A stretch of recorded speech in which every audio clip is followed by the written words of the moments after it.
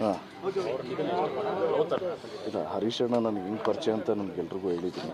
ನಮ್ಮ ಅಣ್ಣನ ಸ್ನೇಹಿತರು, ನಮ್ಮ ಅಣ್ಣನ ಫ್ರೆಂಡು. ಅಣ್ಣ ತುಂಬ ಸ್ಟ್ರಾಂಗು, ಕೊನೆವರೆಗೂ ಫೈಟ್ ಮಾಡಿದ್ರು. ವಿಲ್ ಪವರ್ ತುಂಬ ಚೆನ್ನಾಗಿತ್ತು. ನಮಗೇನೆ ಹೇಳೋರು, ಇಲ್ಲ ನಾನು ತಿರ್ಗಾ ವಾಪಸ್ ಬರ್ತೀನಿ, ಅಲ್ಲಿ ಕಮ್ ಬ್ಯಾಕ್ ಅನ್ನೋ ಸ್ಟೇಟ್ಮೆಂಟೇ ಯಾವಾಗಲೂ ಅವ್ರ ಬಾಯಲ್ಲಿ ಕೇಳ್ತಾ ಇದ್ದಿದ್ದು. ಯಾವಾಗಲೂ ಪಾಸಿಟಿವ್ ಆಗಿ ಇರೋರು. ಲಾಸ್ಟ್ ಮೂಮೆಂಟ್ವರೆಗೂ ನೆನ್ನೆ ಎಲ್ಲ ಸೈನ್ ಮಾಡಿದ್ದು, ನೆನ್ನೆವರೆಗೂ ಫಾಲೋ ಅಪ್ ಮಾಡಿದ್ವಿ. ಬಟ್ ಏನು ಹೇಳ್ತಾರಲ್ಲ, ಹಣೆ ಬರೋಕ್ಕೆ ಹೊಣೆ ಯಾರು ಅಂತ. ಸೊ ವಿಧಿ ಆಟ ಅಷ್ಟೇ ಇದ್ದಿತ್ತು. ಇನ್ನೇನು ಒಂದು 12-13 ದಿವಸ ಆದಮೇಲೆ ಪಿತೃಲೋಕದಿಂದ ಅವರ ಹಿರಿಕರೆಲ್ಲ ಬಂದು ಅವ್ರನ್ನ ಕರ್ಕೊಂಡು ಹೋಗ್ತಾರೆ. ಕರ್ನಾಟಕ ಜನ ನಿಜವಾಗ್ಲೂ ಅವ್ರು ಇರೋವರೆಗೂ ತುಂಬಾ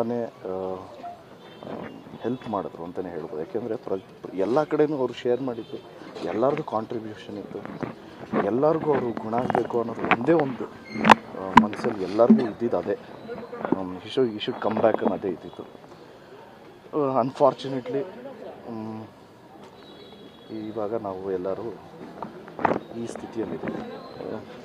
ಸೊ ಅವ್ರು ಎಲ್ಲೇ ಇದ್ರೂ, ಯಾವುದೇ ರೂಪದಲ್ಲಿ ಅವ್ರ ಆತ್ಮ ಇದ್ರೂ, ಅವ್ರ ಆತ್ಮಕ್ಕೆ ಶಾಂತಿ ಸಿಗಲಿ, ಅವ್ರ ಮನೆಯವ್ರಿಗೆ, ಕುಟುಂಬದವ್ರಿಗೆಲ್ಲರಿಗೂ ಆ ಭಗವಂತ ಧೈರ್ಯ ಕೊಡಲಿ ಅಂತ ಕೇಳ್ಕೊಬೋದು ಅಷ್ಟೇ.